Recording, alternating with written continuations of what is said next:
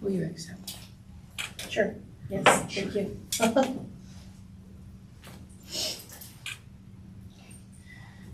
Are there any further nominations for the position of vice president?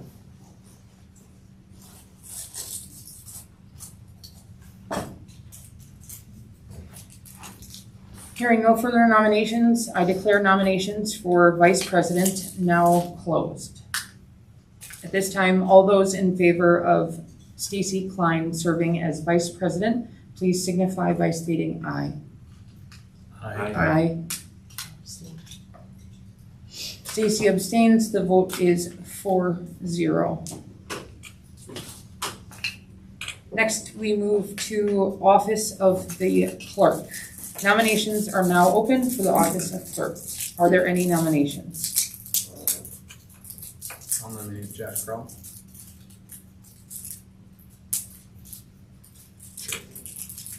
I'll accept. Are there any further nominations for the position of clerk?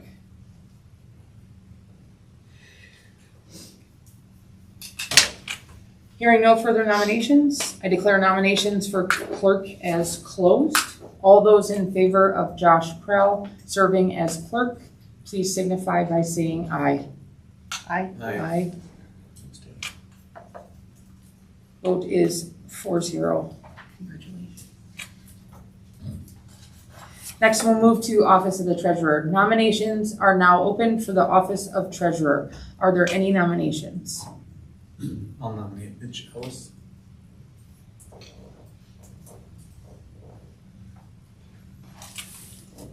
Will you accept? Yes. Thinking about that. Are there any further nominations? Hearing no further nominations, I declare nominations for treasurer closed. All those in favor of Mitch Ellis serving as treasurer, please signify by saying aye. Aye. Did I hear you? Yes. Okay. Aye. Vote is 4-0. Mitch Ellis abstains. Next, we move to CISA delegate. Nominations are now open for CISA delegate. Are there any nominations?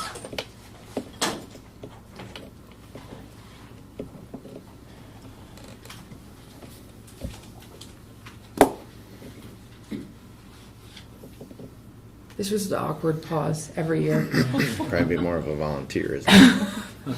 I will say the same as I said last year. If anyone wants the CISA delegate, they can have the CISA delegate. I've now done it the last few years. I'm willing to do it again, but also willing to allow the reins to go to someone else if they're interested. Alicia Williams. Okay. Aye. I will accept. Is there any other nominations?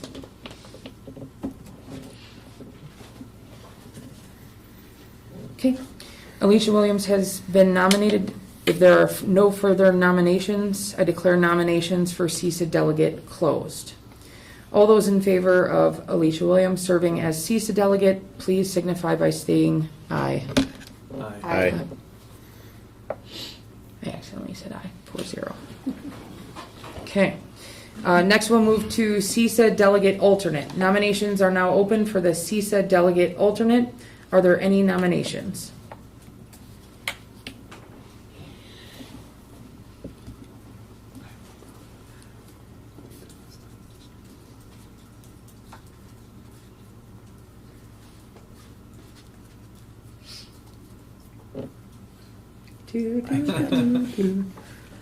Mitch said he would be the alternate, so I will nominate Mitch Ellis.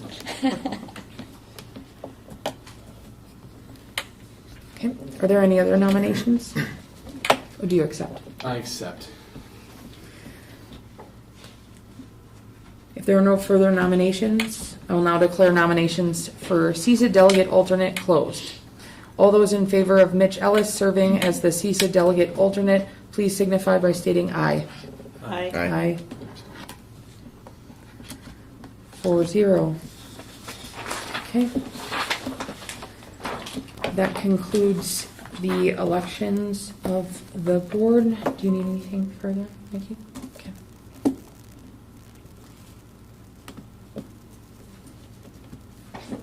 Okay, next we'll move to consider approval of personnel report.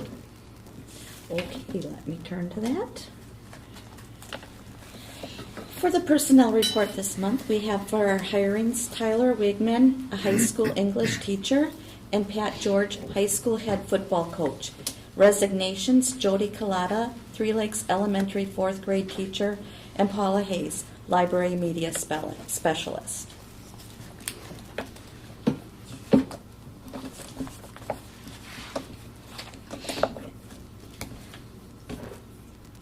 If there are no questions or concerns, is anyone willing to make a motion on personnel?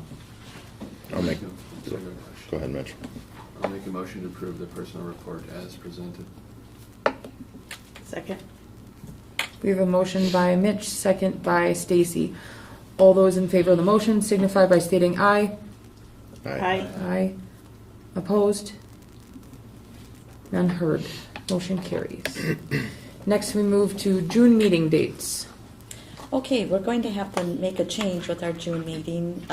Generally, we have it at the Sugar Camp building. Because of the construction and at both buildings, we're going to relocate it to the Three Lakes Auditorium.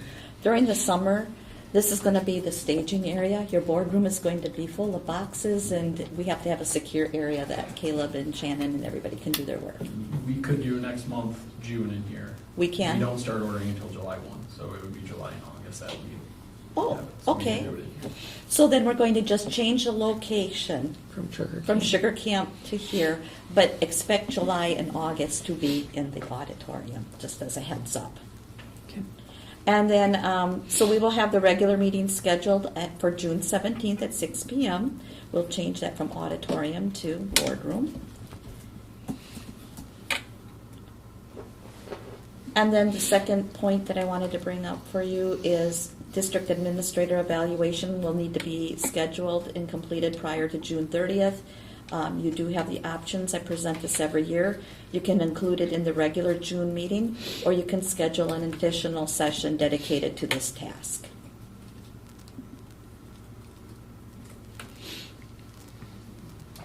It's always worked rolling it in. Yeah. Okay. Except I'm not gonna be able to be at the meeting in person. I can call in, possibly. I'll be in the Redwood Forest, for the review portion. So if that's acceptable to the board, then I'll plan that. And you can put comments and things ahead of time Yeah, to that's- send as well. That's what I was gonna suggest too. So Terry puts together a review of her, so, Okay. year. Okay. Unless your preference would be for us to separate it, so you could be there. No, Okay. no. Okay. Unless there's anything else, if anyone is willing to make a motion, just reminder, Three Lakes Boardroom versus Auditorium on the recommended action. I'll make a motion to move the June regular school board meeting from Sugar Camp to Three Lakes Boardroom due to construction. I'll second. We have a motion by Stacy, a second by Mitch. All those in favor of the motion signify by stating aye. Aye. Opposed? None heard. Motion carries. Next, we move to item E, consider approval of open enrollment applications. We bring this before the board every May. Open enrollment is closed. The way it shakes out this year is we had incoming applications, a total of 15. By meeting the criteria, we can approve 12, and we have denied 3. 6 are new, and 9 are reapplications of current students. We did also put some more information in your admin content. Please don't comment on the names of the students, but I know there's always an interest in knowing where they are or if they were with us all along. And just as you can see, this is mostly kids who already are at other schools and they're continuing their enrollments there. And just, I'll be general, I talked to Nikki too, I mean, I looked at some of the names on the list, and they're already enrolled, so technically that they fall under new applicants, but I know for certain that 4 of the names are already enrolled in Northern Pines and have been, so whether it's an address or a movement or whatever it is, they're already, so we're not technically losing those students. And just to clarify, you said that 12 approved and 3 denied? Isn't that what we have there? Our report says 11. Ours, it says 11 and 4. I'm sorry. That was probably printed off before we did that. So I've got 12 here, or is it 11? 15 total, 17 total. Mm-hmm. So what's the approved? 12? I don't know. Says 11 on our. Yeah, because that was printed off before we denied the other one. Okay. Okay, so it's 11. 11 and 4. All right, so that would be, let's revise that. That would be an approval of 11 students who meet the criteria for open enrollment. Okay.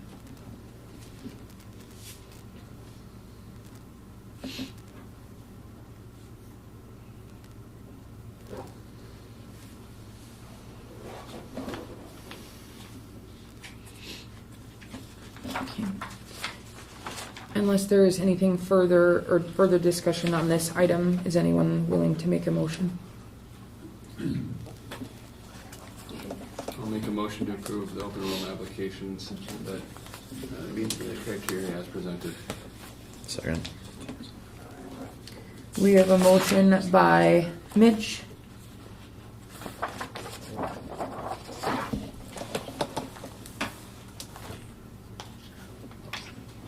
Yeah, so, but I anyway, just had to reapply. okay. I'm sorry. That's okay. Proceed. That's okay. Who made the motion? Motion is by Mitch, second by Josh. Okay, motion by Mitch, second by Josh. All those in favor of the motion signify by stating aye. Aye. Aye. Opposed? None heard. Motion carries. Next, we move to consider approval of salaries and contracts for district staff, including busing contracts for the 2026-2027 school year. I'm going to let Caleb speak to this. I'll just start off with saying when we did our referendum proposal, we based it looking at a projected 2% per year as what we could manage. We always hope to see if we can put a little bit more in there, but we feel we really have to stick close to the schedule as it is because we're starting to go into the years now where it's going to be reduced and diminished. Caleb, you want to give some more specifics for us? Yeah, I'll just kind of build off what you said. When we were planning for the referendum, we had talked about a 2% staff salary increases per year when we're doing that planning.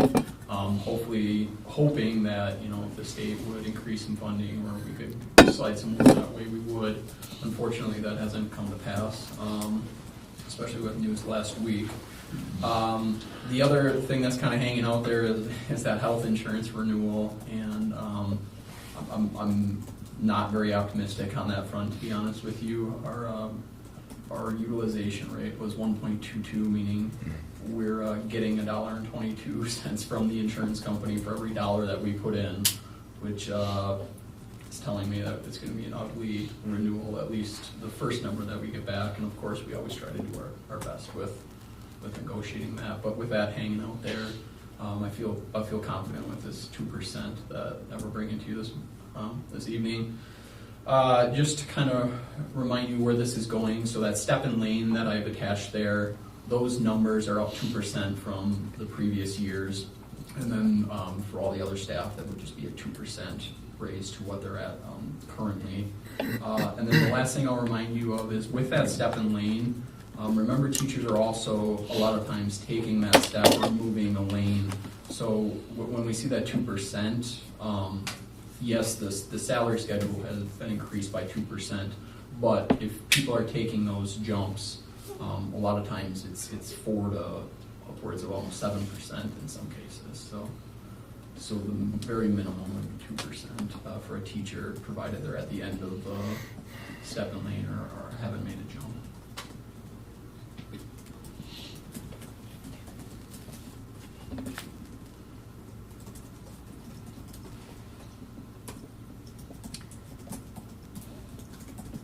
If there's no further feedback or questions on this, is anyone willing to make a motion on salaries and contracts? I'll make a motion to approve a 2% increase of district staff salaries, including busing contracts for the 2026-2027 school year as presented.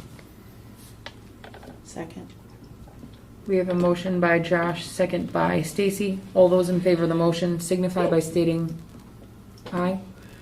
Aye. Aye. Aye. Opposed? None heard. Motion carries. Next, we move to Three Lakes School District Library Plan Report. This did not need to come back before you, but a lot has been accomplished, and we need to celebrate what Paula has taken on since the plan was written and before you. Paula, I didn't talk to you in advance. Would you like me to put it up on the board for you, or Sure, that'd be great. Okay, and would you like to speak to it, or because I'm willing to tag team it with you, or let you? Whatever you want. I could just speak to the momentum we've had for the year to condense it. If that makes sense. It does.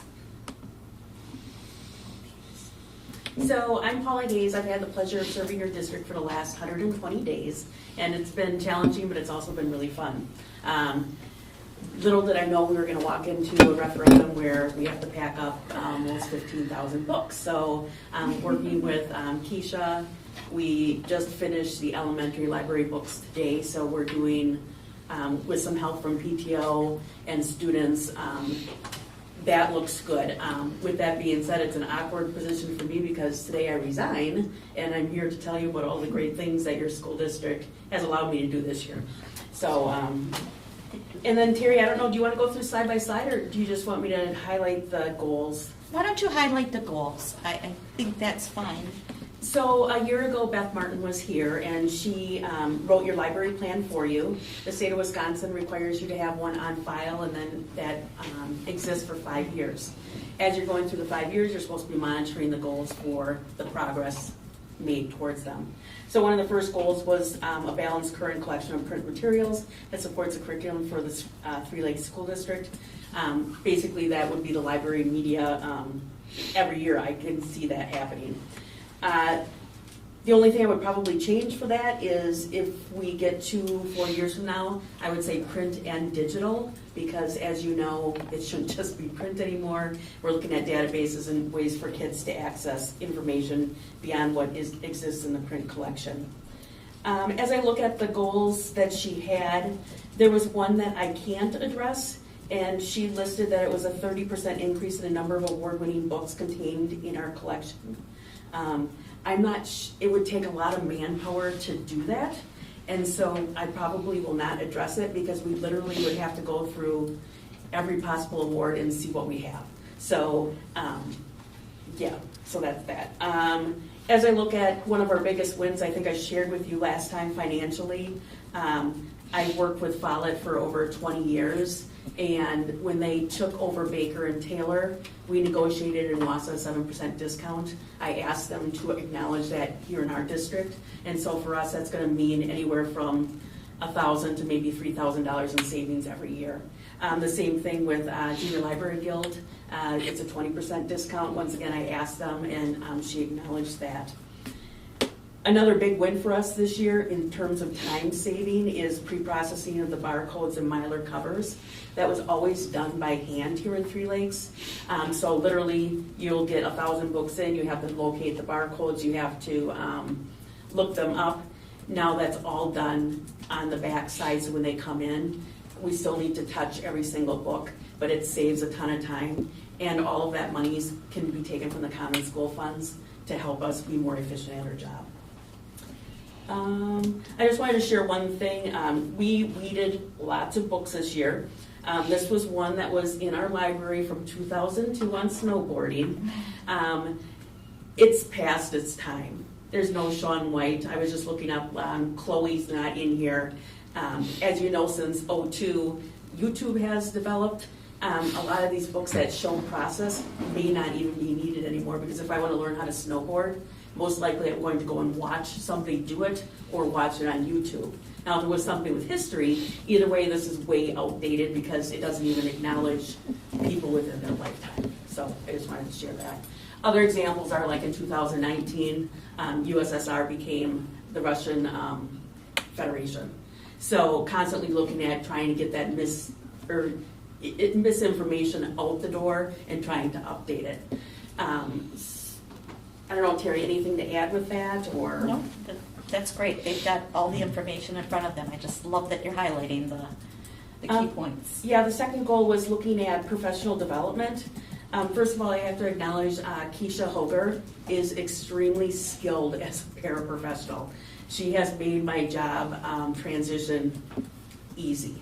She knows a lot. She knows how the district works. One thing that I was used to in Wausau was we had Destiny linked with our Infinite Campus, and so we could send out emails electronically.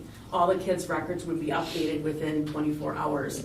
And so when I came here, it was kind of like, oh, and she helped me navigate that and what does that look like.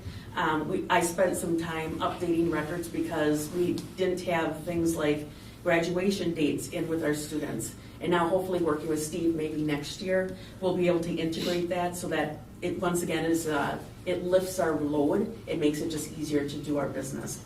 I've been cutting apart date or book due slips, and so I'm hoping that I won't have to do that next year because we should be able to get the kids' emails in there and just email them directly. Let me see what else. Talked about that. That's really about it. Looking at digital access, we added Pebble Go and Pebble Go Next for the elementaries. It's like an encyclopedia on steroids, really fast access, and once again, it's constantly updated. We had News ELA, but due to cost and return on investment, we will discontinue that for next year. It's just too expensive. Swake has been a game changer for our teachers. It's almost like a streaming service that is legal, and so teachers can request movies and have them available to show for their kids within usually 2 days. And so it has a library of 40,000 films. Before COVID, it was extremely expensive. COVID happened, the price dropped, and now it's affordable for most school districts in the state. Opposing viewpoints, it presents a lot of different viewpoints on both sides of the issue. We used to purchase those books for $60 a piece. Now we can get almost every topic underneath the sun for kids to access, and once again, it's continuously updated. We'll add some new things for next year. We'll try them out.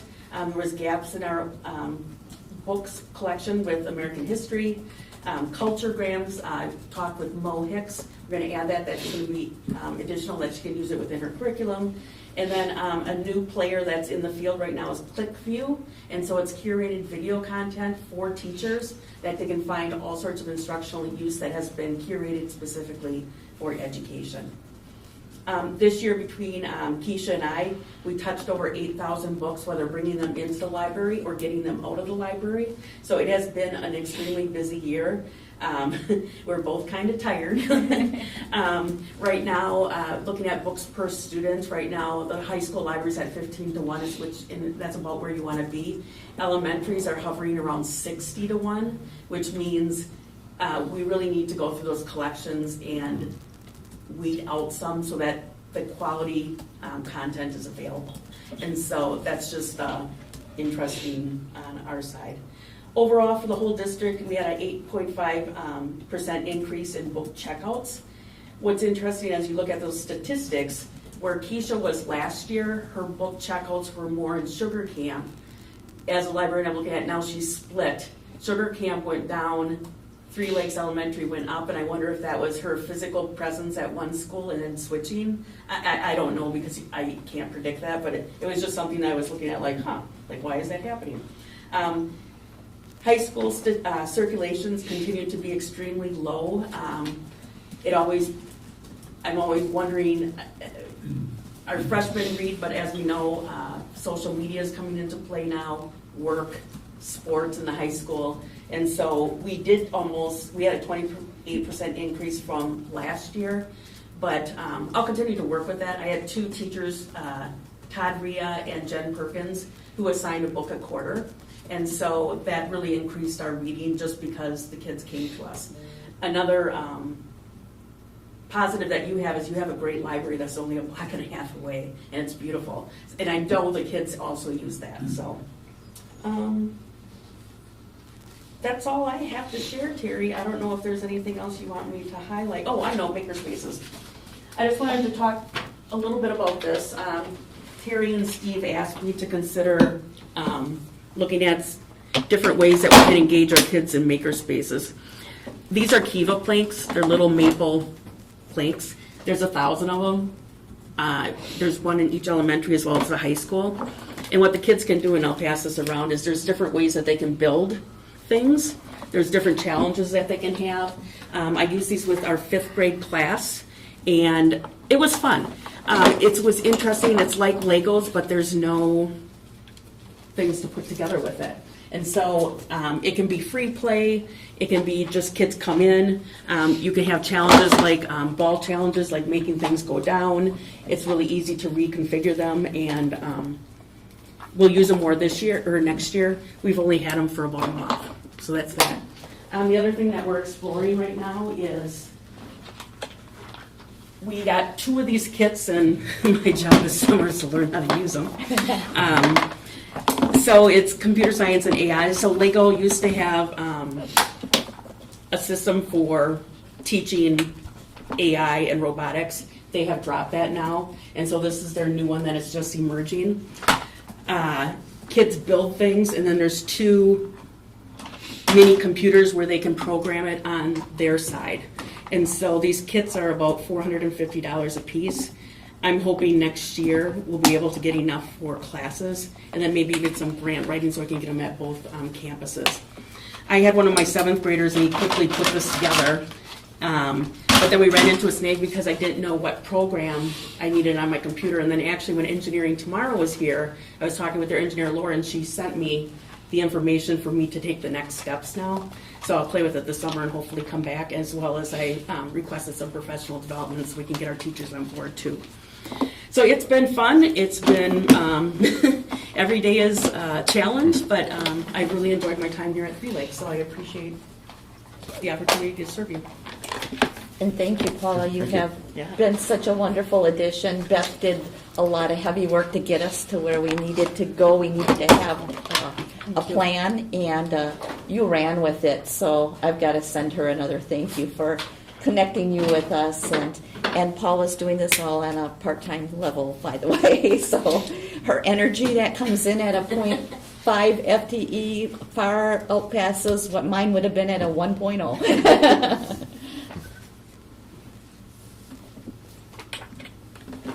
So any other questions that you guys have? Thank you, that's a lot of work. Thank you.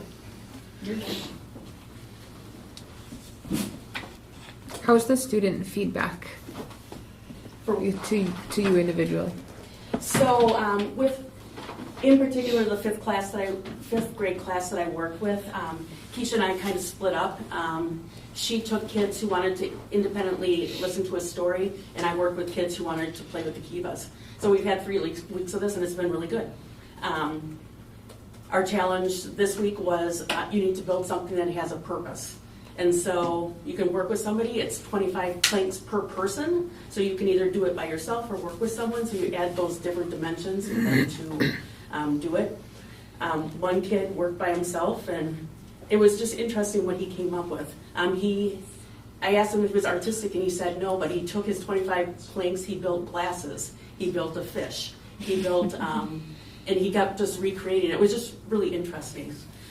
They're an active class. They are 75% boys, and so it was the quietest that I've seen them since I've been in. So that was a good experience. And then that STEM day that we had was just, I questioned what you could do with an airplane for 5 hours, and they did things with airplanes for 5 hours, like a paper airplane.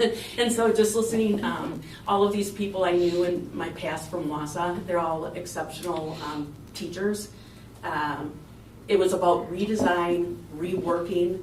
The first time isn't the final time. If you're gonna fail, fail fast. And so all of these messages that were coming from engineers, both virtually and local, was really good. So I'm hoping just to build on that. We'll look at getting more makerspaces.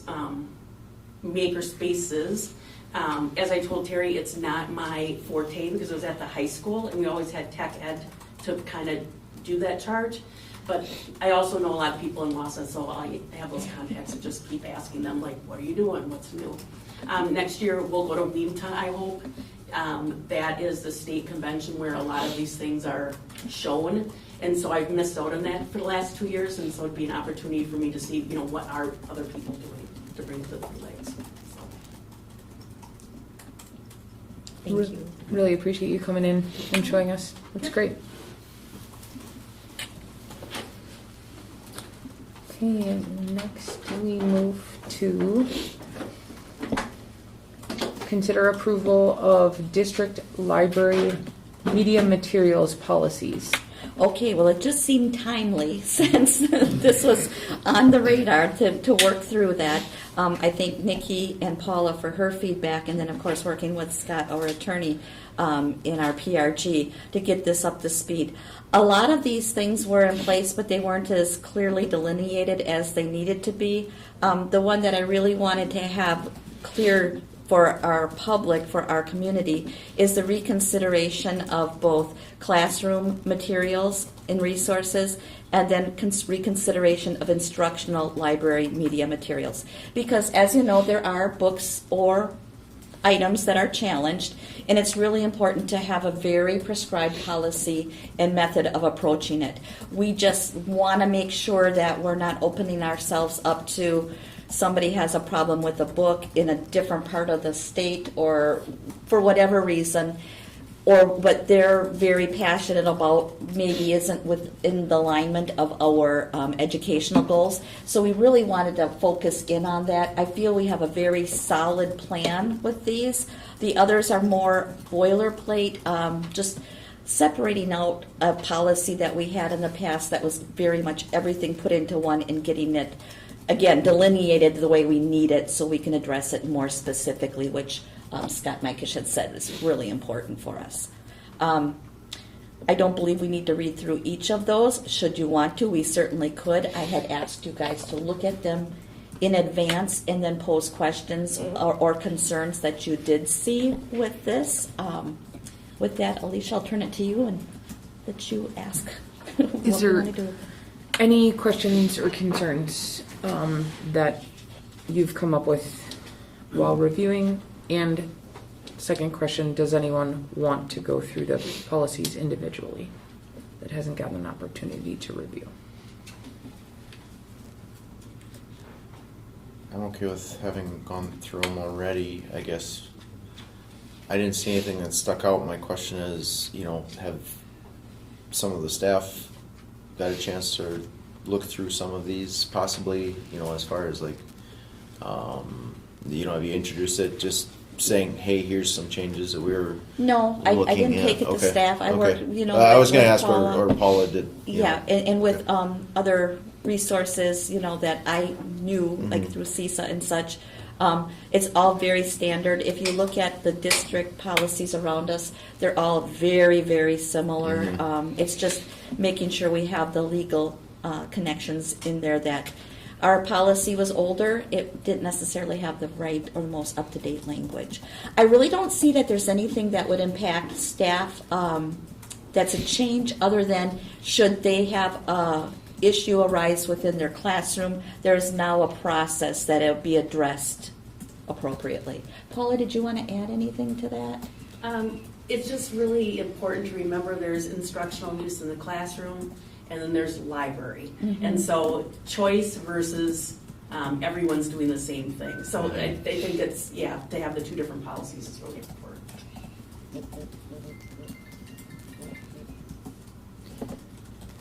Any other questions or concerns from the board?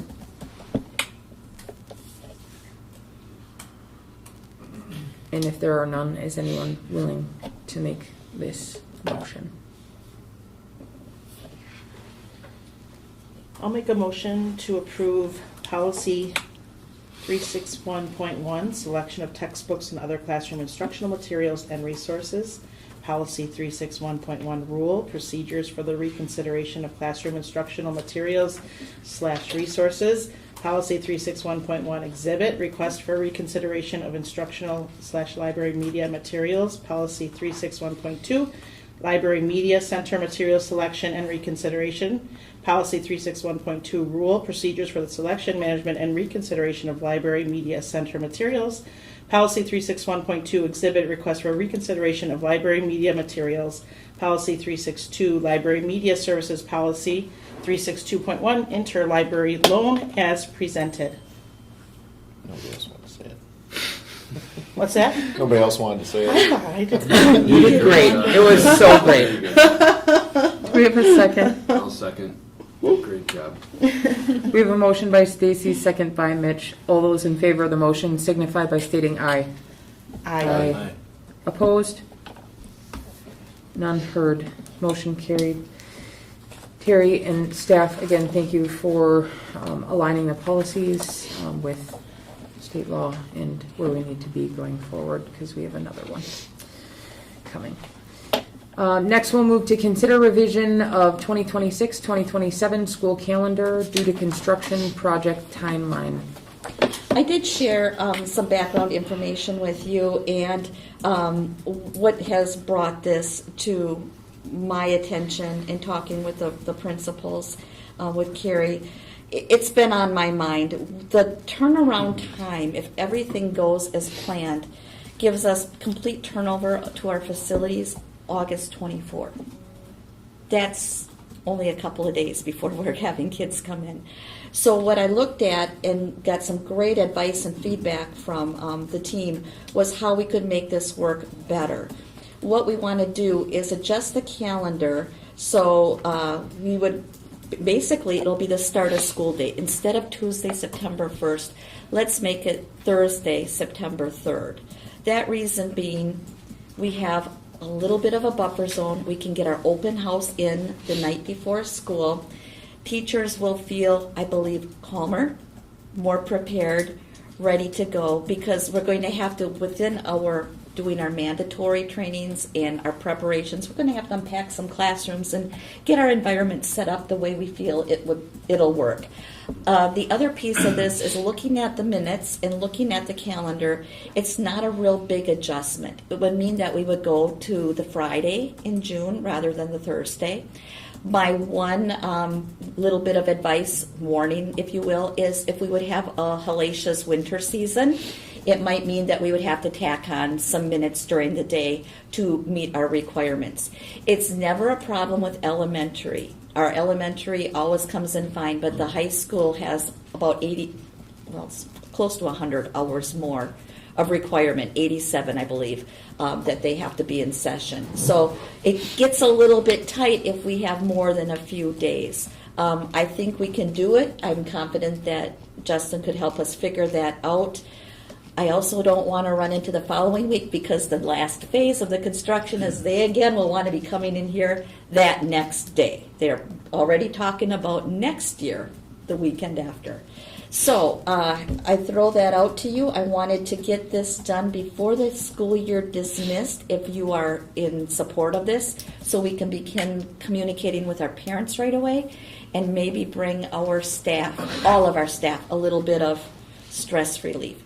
Now, the caveat is we could have a delay during the summer or the unexpected, and I'm coming back to you in August going, oh, we got a problem. We might have to delay a little bit, or, and then that would be something we would encounter as it comes. Other districts have met those situations and dealt with them fine. But at this point, I think it's a really good proactive move. Like I said, I don't feel our students will in any way lose instructional value, and it'll just make it a good feel to the start of the year. With that, if there's any questions or comments. Do we have a plan in place for our fall sports as they're coming in? So as the football schedule could be in as early as August 4th, then the soccer the next week, volleyball the next week, cross country, and that's 50% of our student body. is gonna need access a month earlier than we're talking about. That's for classrooms, and this area for this year, our gyms will be okay, and the locker rooms areas will be okay. I would just, as Ann works through with it and with Justin, I'm just going to request that we have extra secure supervision because Sure. there's always that possibility. But it shouldn't impact that.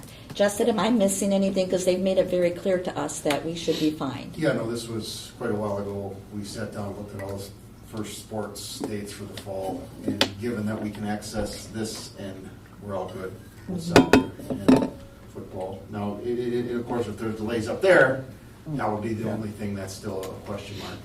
We have contingency plans that we don't want to use in place if we need to put them in place for events as the fall season gets up, the competitions start. But the practice facility should be all squared away for football.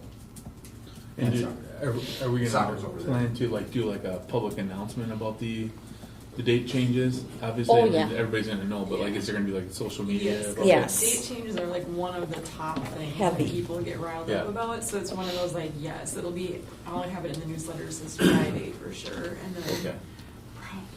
I haven't thought through this. I'm talking off the top of my head, but probably even a Infinite Campus message. Would it be bad on something that's that much of an effect on people? So And it'll go out multiple times with reminders too. yeah, We'll it'll wanna be in keep- multiple places because it is. Okay. I'm aware that dates are always a big one. Dates and snow days. We can't have any snow this year. No. Well, I think, and why I was asking that, because I think, We again, just that talked proactive message, don't worry about your fall sports, we have a plan in place, blah, blah, blah, blah. Oh, so you're asking about sports too? To- like, yeah, include that also, along yeah. with the calendar. Because I'm just thinking, as a, Yeah. again, as People a from parent, you're getting- just focused, Yeah. right now, end of year It might graduation, be- then all of a I'm sudden. wondering, even, because as I start, I've taken a little bit of a pause on the construction update videos because of graduation, but as we hop back into those and we start seeing progress out here on the athletic fields, it might be a good time to include some of that in those videos Great too, idea. and kind of just talk about plans for the athletics. Great I can idea. put that in.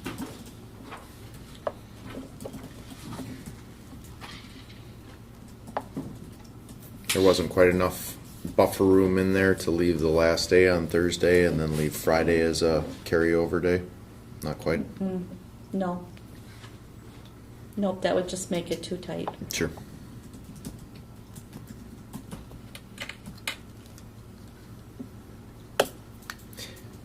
If it gives our teachers a hand, feeling a little bit more confident coming in, and we can make it work, let's make it work. This is marked for action, but there is no. Oh. Well, we will need it to be in action, so we need a motion. So the motion would be to approve the revision of the 26-27 school calendar as presented. I'll motion to approve the revision of the 2026-2027 school calendar as presented. Second. We have a motion by Brian, second by Stacy. All those in favor of the motion signify by stating aye. Aye. Aye. Opposed? None heard. Motion carries. Thank you. I think that's going to go a long way with our staff. So, anything to get us in a good frame of mind, right? Next, we'll move to consider approval of district wellness policies. We do have wellness policies or a wellness policy and plan in place, but it had not been revisited for several years. And this really came to light as we had our food service audit and review. And so it was time to update it. I did a lot of the heavy lifting on this because we really wanted to get a quick turnaround. We wanted to be in compliance. I just want to do a shout out to Caleb and his staff and Jill in the kitchen and everybody. They really did a top-notch job with that food audit review, and that's tough because there is a lot they go through. Really, what it came down to is making sure that our wellness policy was updated and that we're publishing it every 3 years. And we hadn't had it published in the since COVID. So this is time to get it up to snuff. And then we will more regularly be going ahead and calling, the committee together to review it annually, of course, or if something would come up that we need to address sooner than that. I know it was a lot for you to look through and read, but I believe it's really solid and ready to go. The reason you're seeing it this month already is because, like I said, I'd like to, with Caleb's blessing, send it off to DPI, and that will be the last box that's checked for our audit.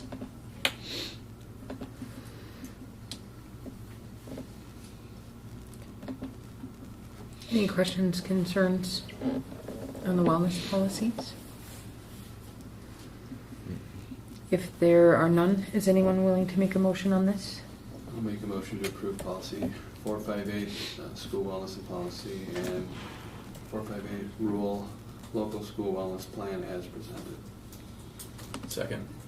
We have a motion by Mitch, second by Brian. All those in favor of the motion signify by stating aye. Aye. Opposed? None heard. Motion carries. Again, thank you, Terry, for the work and updates. Next, we move to Three Lakes Town request for payment increase in Three Lakes School District use of town park fields. All right, within your packet, I included for you the letter that I received back in January when was first informed that the town is considering increasing the fee for yearly use from $4,000 to $6,000 a year. This led me to do a little bit more investigation, and within other meetings, I did meet with them, and we've talked about this. Caleb, I don't remember if you were with me for this one or not. Were you? Yeah. Okay. We've had multiple meetings with the town this spring. So we did talk it through. What I think that I wanted to really make clear with the town is share with them that we are still providing support from the district level with our maintenance, buildings and grounds people assisting, doing the lining, doing some of the work that goes with using the facilities. They were expressing to us that their concern was that it goes on beyond the seasons, that they're looking for more compensation because of the repairs and the upkeep needed during the summer months and such. So I did go ahead and share that with you so you could see that more closely. I was asked to do a little bit of background, which thank you to Ann Ellis for doing that work for me, that legwork.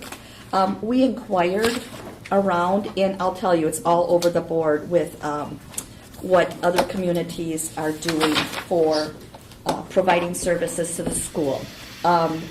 First off, I just want to say right up off the bat that Sugar Camp provides it for free, and not only for Three Lakes, but for St. Germain and other community organizations. So hats off to Sugar Camp for just really being there. She did a little bit of checking with Crandon. Crandon does not use any of the city or town facilities. Rhinelander is tied to the dome, so that's a little bit different situation. It depends if you're renting, though I know that when we've run into a bind, they have been very helpful with us. Justin, do you have anything to add to that?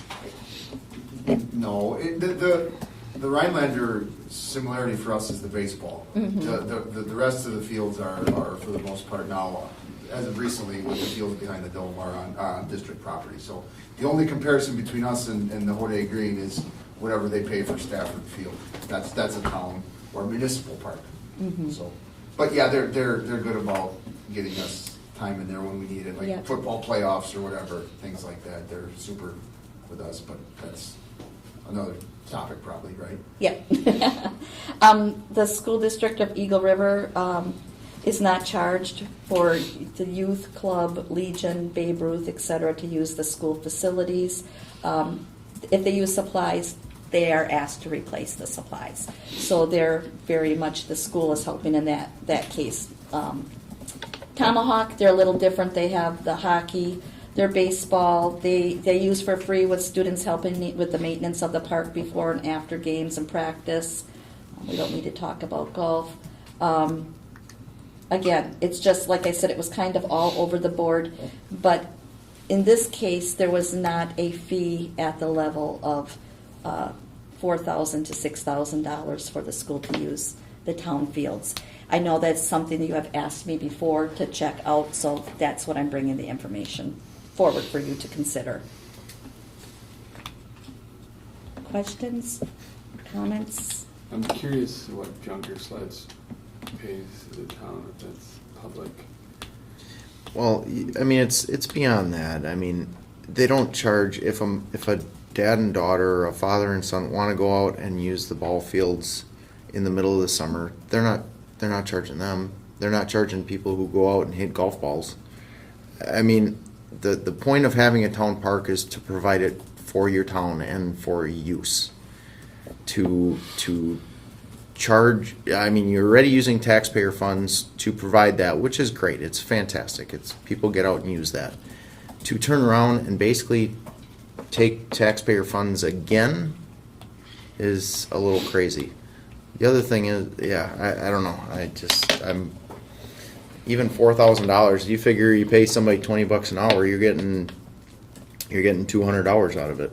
I mean, that's a lot of field maintenance that you can do. And the whole extended into summer fixing damage is not a legit argument. I mean, I agree with Josh here on a lot of points. I mean, as a increase $2,000, that's not that great. But like as you talk about, like the double taxation of our constituents or taxpayers, I mean, I think that's kind of ridiculous. If anything else, I think that this should warrant or open up the door that we should research what it would cost to bring in a ball field on our own property. Mm-hmm. There's lots of property behind the football field or south of the football field and a little south and east of the football field. I mean, there's lots of property. And as we're doing this excellent renovation, we're going to have facilities back there. I feel in a short time period, 3 years to 5 years, we could fundraise through a separate organization enough to completely bring in at least one ball field, if not both, and then just get rid of the town entirely. And I have some other thoughts on the town, but whatever. The other thing that I thought about is as we were spending obnoxious amounts of money at concessions at these ball games, that's all going back to the town also. So they've given us the opportunity to bring in our own concessions, but without those, none of that money goes back to the town either. So there's a whole lot of sporting events that are occurring on those fields, and that money is going back to the town as well. Well, that money isn't there if we don't have games anymore there, right? And do we get into a situation where, okay, now we're saying that if our maintenance staff is then maintaining at some level or doing anything on the fields, then are we getting back into a service back and forth? Are we then charging the town for that service? Well, and I think it sets a really bad precedent, especially when we have 9 miles away an incredible facility that they just give to us to use. And that includes, it's not just Sugar Camp, it's Three Lakes, it's youth, it helps Phelps, right? Mm-hmm. You're asking to provide what they're maintaining, if they're saying that because it's an uptick in cost, I mean, again. In addition to what they're charging us, they're also charging youth organizations. They also run the baseball tournament, which is a fantastic fundraiser for the town and for the fields. That was not in their numbers. The benefits that they get from that. They have not provided a new fence for the girls' softball field in years that it's needed. Right now there's, the lawnmower hit it. There's a huge hole out in the field. I mean, it just, I don't know. I'm it's very unfortunate that they're doing this. And that's why I felt it had to come to you, that it went to me and, Caleb, and it has been in place since I've been here, the fee that's being requested, but it seemed to me that there wasn't an awareness in discussing it with the folks that we met with, that our staff was also providing those services and supplies, which we did clear that up. Yeah, it's a little bit different if the town is leaving it in a spot where our team just shows up and plays, Yeah, right? But the Kirby's or the Opals of the world are over there. They line it. They do the what I call the finishing touch field prep, game to game to game.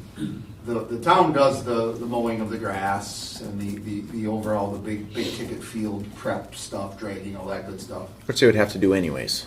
Correct. No matter what, whether we're there or no, that's got to be done for sure. But our staff is going over there daily for the not daily, but whenever we have a softball or baseball game, they go over there and they provide the foul lines and all the batter's box and all that stuff, which is kind of a putsy sort of time intense thing.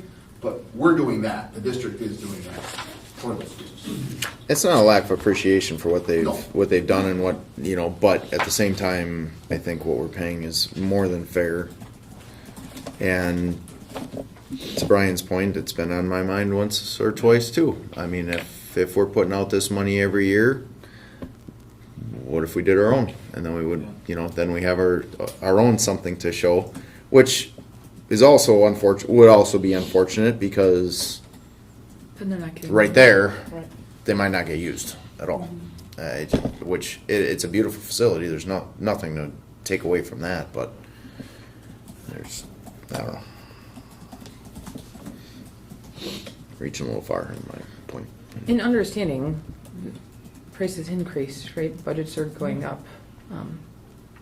It's getting paid for by the taxpayers regardless if it comes out of their budget or ours, right? Yes. So, Same point, a couple bags of lime and a few cases of paint aren't that bad to cover. Sorry, Brian. didn't mean to cut you. No, I just don't know how we can respond in an effective way that will get our in the public opinion that they'll know exactly what we're saying, if that makes sense. I mean, I almost feel like we should respond to them through our attorney. And that's how I feel about the second matter as well, but I think we should respond to them with our attorney, with our bullet pointed plans of what we would do and how, if we do renew this, it would be on a X basis, and we will, whatever games will be moved to Sugar Camp. We have no problem with that. Whatever. Just to cut them a check for $2,000, I think whatever, that we need to have more teeth in the response than that.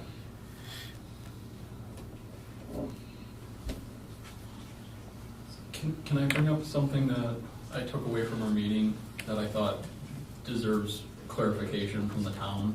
Was the difference between the Parks Commission and then this Parks general budget. It seemed like there was two pots of money, and it didn't seem like there was a lot of communication in between those two groups, to the point that they weren't quite sure how much money was even there and how that was being spent. That's a very interesting point to bring up, and thank you for that, because that doesn't sound like an us problem, that's a them problem. I think they've got some ducks that they need to get in a row. And I think some of our questions could help clarify that as well before we're sending more money. Can we respond in that manner, just like the request is still unclear to us? Can you detail some funds? Cost. Yeah, costs. Cost, man hours, Yeah. supply costs. We will What- also supply you with our costs and man hours that we've known. Instead of just a generic, we want Yeah. 33%. Right. If it's arbitrary, again, Yeah. we'd rather pay $2,000. I'd rather pay $2,000 in busing costs to get our players over to Sugar Camp, just because. Well, and also the double dipping doesn't feel right, like Right. you said. I mean, Totally agree. if the public had, We're both public entities. yeah. It's really just moving money. Yeah. It's moving money from one budget to Shelby, another. What does that look like? Because they failed the referendum. They'll fail their operation request.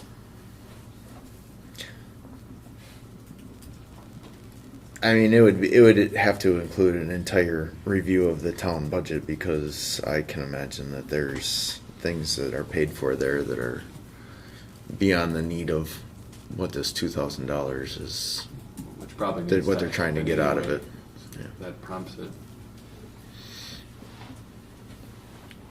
Which, I don't know, what, if you're a voter in Three Lakes, right, they had that town meeting and it failed.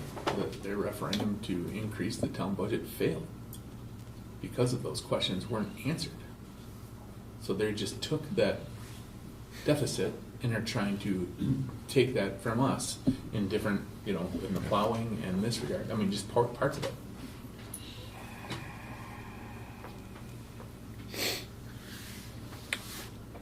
They're interdependent, right?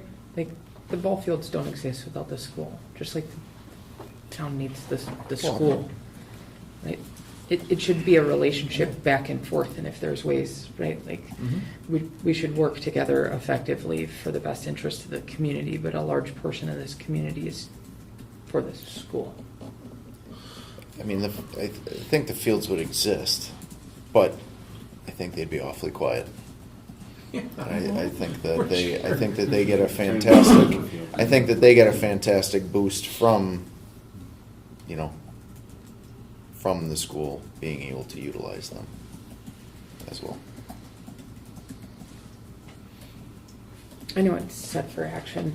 It doesn't have to Okay. be though. Okay. So what I'm hearing you say is that you would like me to probably work with Caleb and compose a list of questions, run it through our attorney, what other things we should be asking for regarding this matter, and correspond with them as Correct. to our concerns. And itemization Yes. of funding. How long have we been paying the F. $4,000? You said it was before your time, Terry. So that's 7 years. That's actually the second increase. My first year, I think it was either 2 or 3. It was two. I What- think it started Yes, at 2. you're right, Caleb. So this is the second increase since I've been here. Huh. So second increase in 4 years? Well, from that In- perspective, if the increase is a percentage of, because geez, fertilizer is more, grass seed is more, and fuel is more, okay, but to add 2,000 to a $4,000 bill is a substantial uptick, right? Like, it seems a little bit out of place. Now when your budget's wonky. In addition to just them answering questions about the town, I mean, they also have to answer questions about the Parks Commission and that funding, And what it's and how that responsible. ties in. Yeah. And if you recall in the letter, this did not come from the Parks Commission. Right. This came from the town. Right. But those two are intertwined.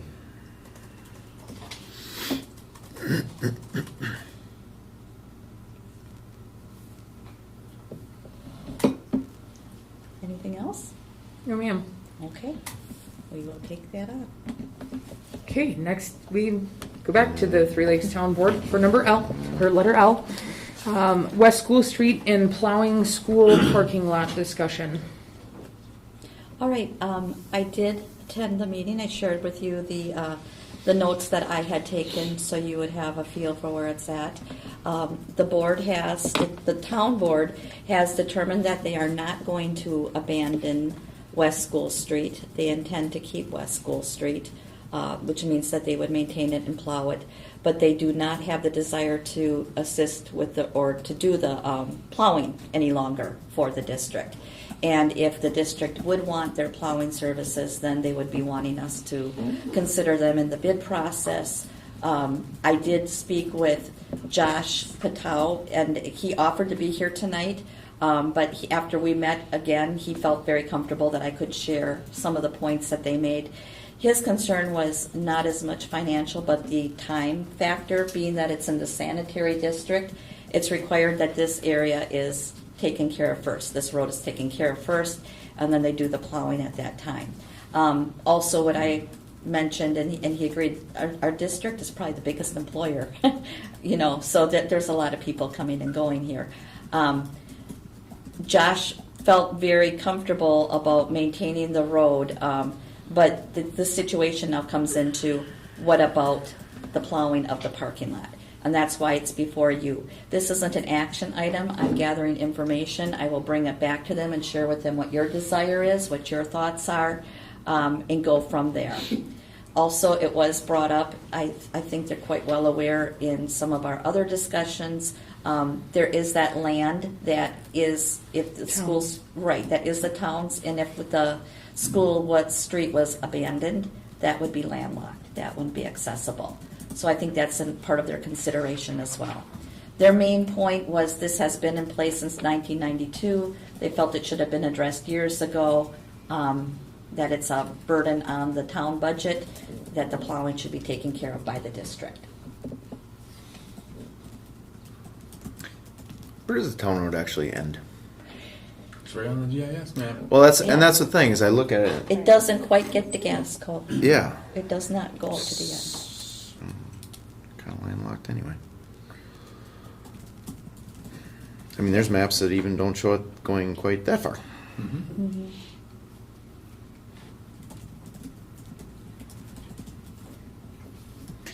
I think this is just another, like was being said, that they failed at something else and they're trying to charge other people for unforeseen reasons, and this seems like a pretty petty They did. thing. They did share, Josh, that in their discussion that they don't have to plow our town lot. That they're sharing the information with us. They could just choose our school lot. They could just choose not to plow it anyway. So I want to make sure I share that point with you. Well, they say that, but the road, I mean, Yeah.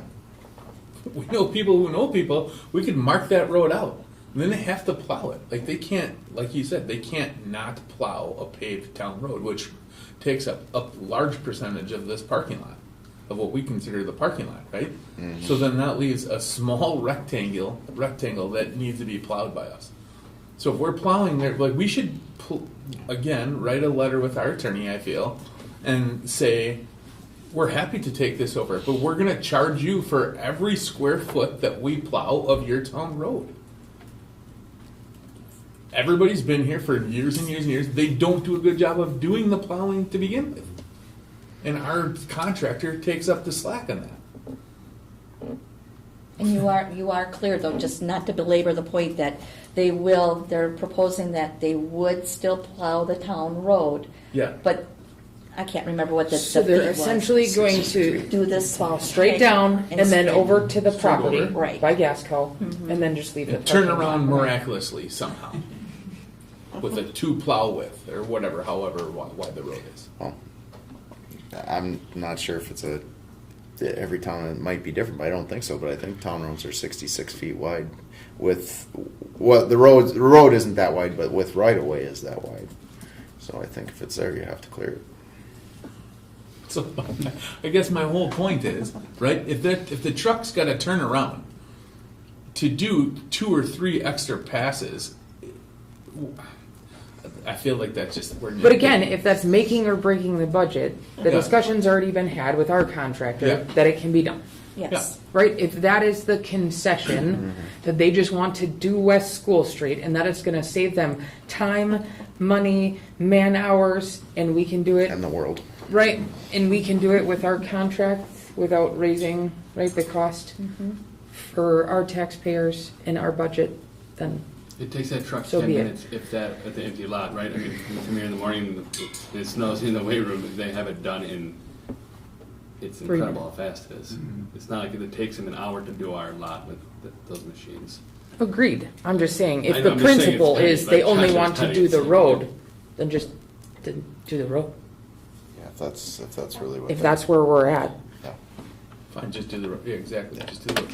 But also, I guess my point with the attorney is if they're worried about this plan not having access, as Josh said, they really don't have access to it already. We'd be happy if they would give up the road, at least in my opinion, again, they give up the road and we'll give them a lifelong easement across the school property to access this slice of land that they are so intent on maintaining for no apparent use. It's not even a road right away.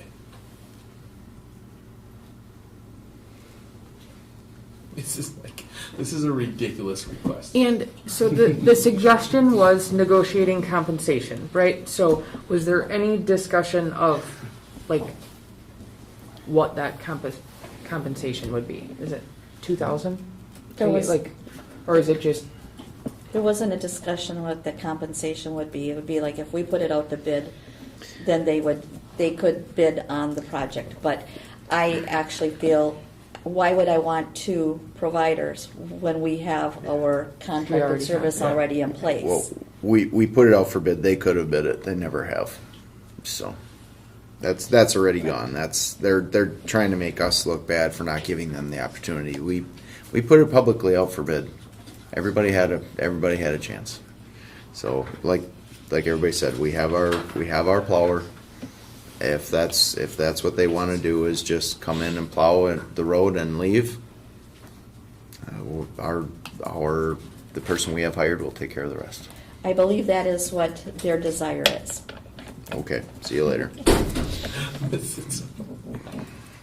I mean, if that's their desire, and we have no desire to pay anymore, so, well, I guess that's where we're at.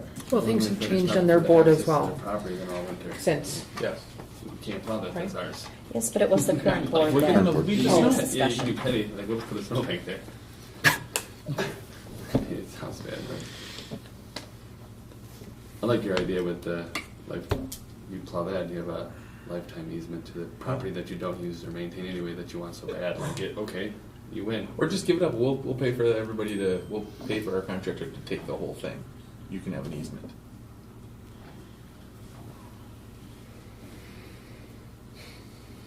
But at that point, they'd have to give up the road though. Right. Because our contractor, I'm sure from a liability point of view, can't plow a town road. Because he does not have an agreement with them. Mm-hmm. That makes sense.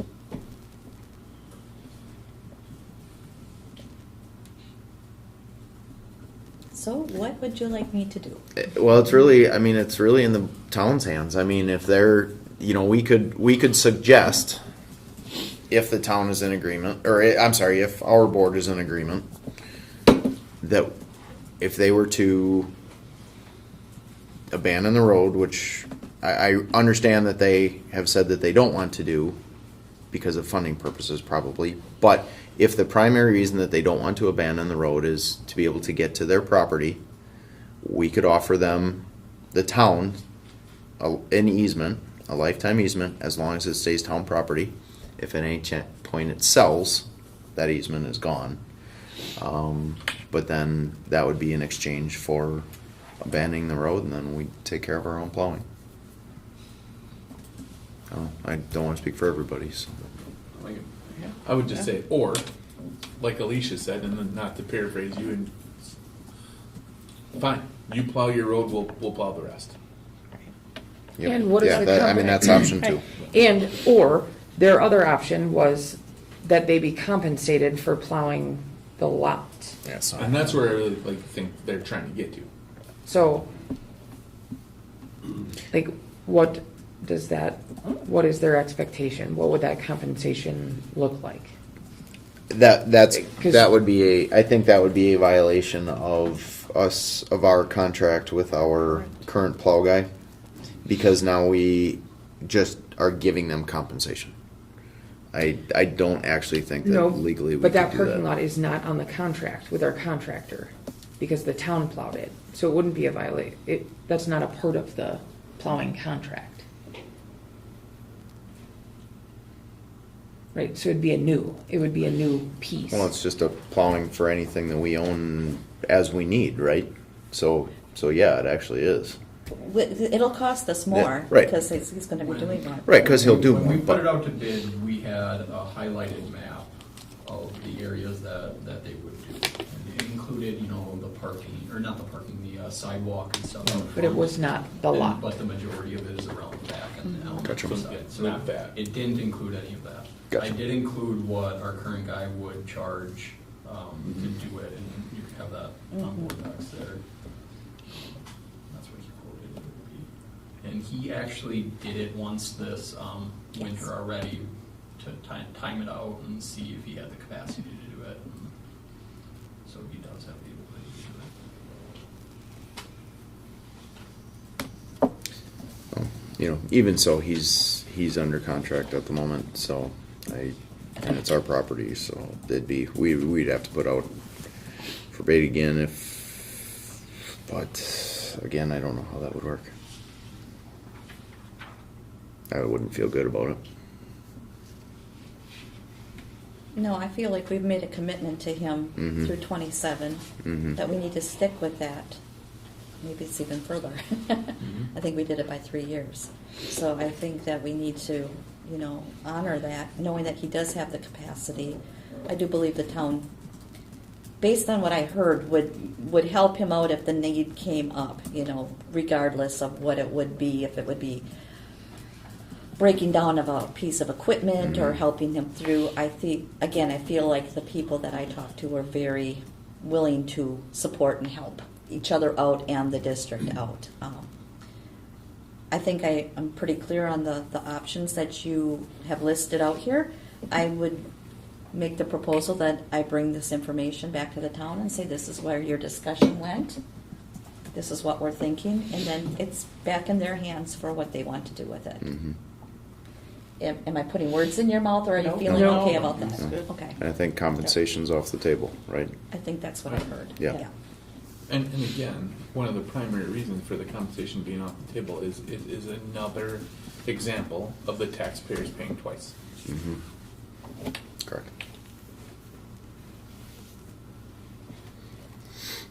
Just moving money from one budget Yeah. to another. Yeah. So they can balance their budget and make us look bad. And I know you had expressed your concern with how do we form the message. Just remember, everything we're doing is recorded. Anybody who wants to watch our meetings can hear the discussion that we've had at the table, which, this board is very transparent and willing to share the information with the public.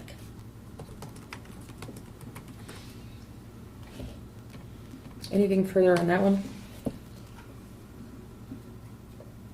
Hearing none, we'll move to overview of district-owned properties. Okay, Brian had mentioned that he would like to see what our properties were. And so Nikki, thank you, did a great job of pulling this information together for us. It's might have taken me a minute to pull it up. No, it looks like it's ready to go.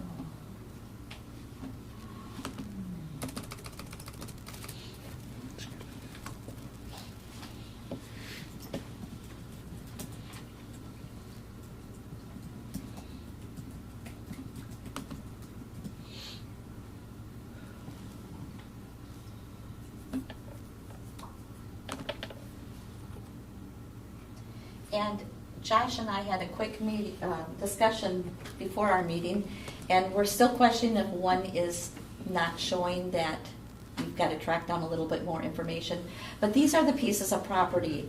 Nikki, you were a great detective. She worked with the different municipalities to find out where we were at, and this is what she came up with. And she put the presentation together for us too. So the district property overview holds real estate across Oneida County, includes primary instructional campuses and 3 school forests, total acreage 161.99. You can see where those are. And then it's just showing our Three Lakes main campus and the grounds are located on 2 parcels in the town of Three Lakes, total of 43.22. Now I know that we were really looking at school forests, but it's important that we know our total, what we have capacity-wise. Oops. Sugar Camp Buildings and Grounds. This is, goes over, you can look at the map there. You can see where State Road Highway 17 is. 3-acre parcel with 3 additional parcels around the building for a total of 5.79 acres. And it's not school forest, but Steve, correct me if I'm wrong, I do believe they use those trees right there for the tapping and such, right? So there is forest area there that the kids are using and utilizing.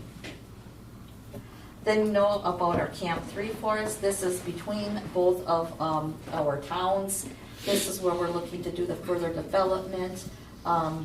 this is what spurred the conversation. We're not doing any policy decisions tonight, but wanted to see where our properties were as far as what we're going to permit for hunting or not hunting, trapping, etc.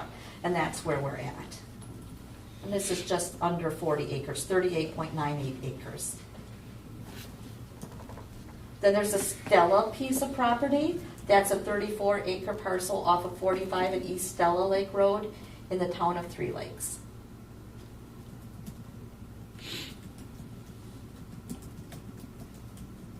In addition, there's the Peel School Forest, and that's 40 acres owned by the district in Peel, and you'll see it's bordered by County C and Gagen Road. And then not showing here is what we call the Tamarack.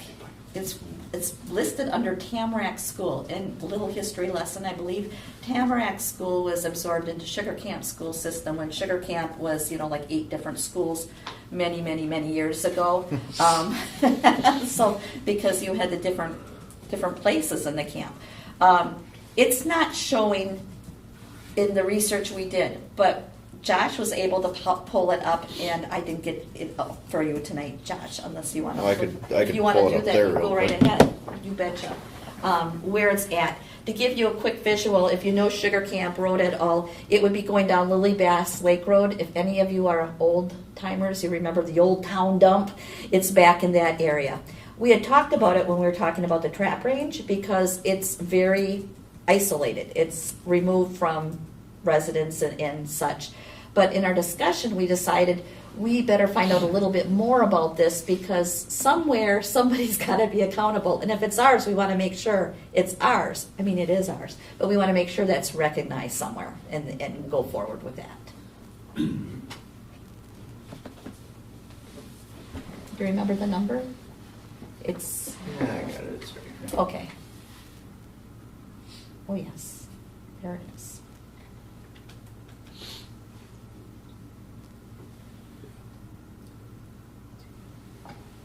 Very touchy.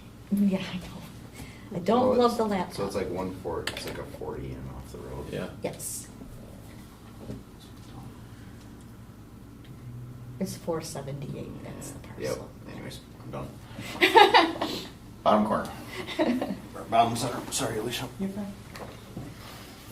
So that piece is also available, and we will find out more about that, but 43.73 acres or something like that. In landlocked? Landlocked, yes. Who owns just to the north? Albert Glen Road. I think Swinsky Farms, nope, Can Forest Conservation is there. Okay, there's Swinsky Farms. That's where the What tower about this? is located. That would be- Sugar Camp Town still has the dump property, so. So I'm curious if the town of Sugar Camp has those records, as far as like, there had to have been an easement at some point. at some point. There may still exist such a easement for access. So the purpose of showing this to you all too was there's a difference between the land that we're looking at for Camp 3 for consideration for hunting and trapping and public use, I should say, not just our school use, versus some of these other pieces of property which are not going to be in the same situation. However, we would want to look at what's the liability. Right now, I know Justin has shared that you've seen some deer shacks or deer stands on, is it the Stella? Stella, yeah. Road? Yep, I recall that. Bear as well. baits, Mhm. et cetera. Mhm. But we've never had anything in place or enforced, so it's being used by public. I don't know how much, but there is use there. So this gives This you a is little. probably Little Haven sanctuary. Yeah. I know a sugar camper who might be interested. Right out his back door.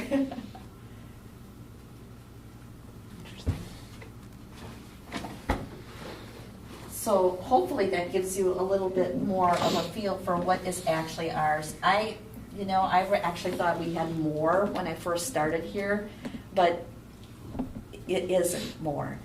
Land that was referred to in the past, like Dr. Carling had shared with me, that on Military Road, well, that actually belonged to somebody else who was willing to let us have it. That fell through. That's where that came from, but it was not actually district property or owned. So questions that you might have to help you think before we start talking about policy again. Does this help? Does it make it cloudier? I just think just like we had the discussion previously, from a liability standpoint, like what is the school's liability, right? If something happens on that property, Right. I think there has to be something in writing as far as use consideration. From a liability standpoint and for, I'll say, an ease of management, to say no hunting on school property and put that in policy and have it posted, that's probably the easiest approach. It might not be popular with your public, but again, I don't know. I've only had one inquiry in the time that I've been here, and I can't remember who it was, but they asked if we would be willing to sell the Stella piece of property. And I'll have to look that up, and the response was no, we don't sell school forest property. That was like the first year I was here. And that's all as far as inquiries I've ever had. Because likely people are just treating it like normal public land and just using the property. It's not going to be easy to distinguish, well, this is school, this is Right. public. It's just going to be carryover.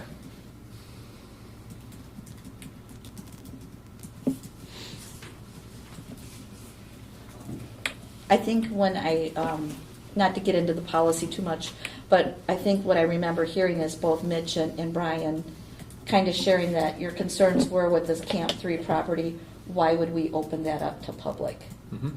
Let's keep that. Well, only because, again, that's where all of our student bodies. Instruction, Like, yeah, that's the where rest of the instruction stuff- is intended. I don't know Yeah. how you separate those other 3 properties that have nothing on it, people are using it, and separate that and say this is used for this, no hunting, and then open up the other 3, use at your own risk. Good luck. I'm not sure what the attorney has to say about that, but I still think we would have to have some kind of, we're lucky we haven't had any issues. I'm not opposed to it being used, but I think we have to have some safeguards in place, like you're saying too. And there has to be existing policy. Like Scott must have access to yes. what is lacrosse school. Like what are all the other school districts doing? Because there's a lot of schools that have a ton Right. of And that's land. why he had originally shared with us some of those ideas that, I mean, we can go as heavily as we want with that. But I guess it's for your consideration, do you want them all treated the same, or do we look at Camp 3 as being separated out from the other areas that are very much wooded and wildland for the most part? I think it has to be separated because we're making a change. We're setting a precedent that the Camp 3 property will not be used for hunting or trapping. Okay. So with that, then I would suggest that I will be in contact with him again. He's given me some great resources before, but tell him what direction we're leaning and see then what we can have. I know Caleb's always thinking like I am, the liability standpoint, what if something happens? If there's some way, Mitch, to put in that at your risk, or what that comes to look like, that would be good for the district to have that. yeah, the other 3 properties are just wooded, and people already have deer stands and bear baits and stuff. Yeah. I'm like, Well, I have a feeling that what it's gonna be is that he's gonna probably recommend that you still have to apply to the school, to let somebody know that you're gonna be out there, so that anybody else who is out there without permission is trespassing. And then we have some protections But that that's way. reasonable. I think Right. that's very doable, Right. much more so than, well, are kids out there this day or are they not out there that day? That's, I think, where our big concern came in with the Camp 3 property. And can it be done the same thing as we do like facilities use, right? Like people submit a facilities use agreement or they want to hunt or what, at least we have their name, their contact information. Justin, I mean, that's an answer for you. I mean, does that put a heavy burden? If Joe, who's using the Stella property, submits a facilities use or a a use agreement. If it's Joe, that's no problem. But if it's Joe and Bill and Fred and Tommy all wanting to get the first week of the turkey season, now I don't want for Anna, myself, or anybody to be dealing with I don't think it's a coordination. We'll get to opening weekend of deer season. You I don't, understand? I don't think it's a coordination piece. I don't think it's a scheduling piece. I say like this is a 40, right? In order to use this land, just like public land is first come, first serve, right? If you want to put your tree stand up there and take it out the same day, right? Not schedule it, but just say you have to have X, Y, and Z on file with the school. Like we have to have that information. They have to sign a liability waiver to use. Right, like. So they're not checking out for these 4 hours. Correct. I'm not saying I'm gonna bow hunt there for 3 hours I'm checking in tonight. as someone who would like to hunt the Stella. And then they're on the property. list and they have Correct. permission to use the property. Yeah, that wouldn't be. Because that wouldn't be. if for some reason, 6-hour piece. if for some reason today people start erecting a building out there, or right, like having a random bog bash on our property, right? Like we have no teeth in the game. We haven't enforced Right. the property lines for how long? I think we have to have something in place that identifies who is accessing the property and how do we protect the district? I will bring information back to you. This is good. This gives me a good direction, good feel for where we want to go, and then you have something to consider more formally. Does that sound okay at this point? Sounds like we're hunting in sugar camps here shortly.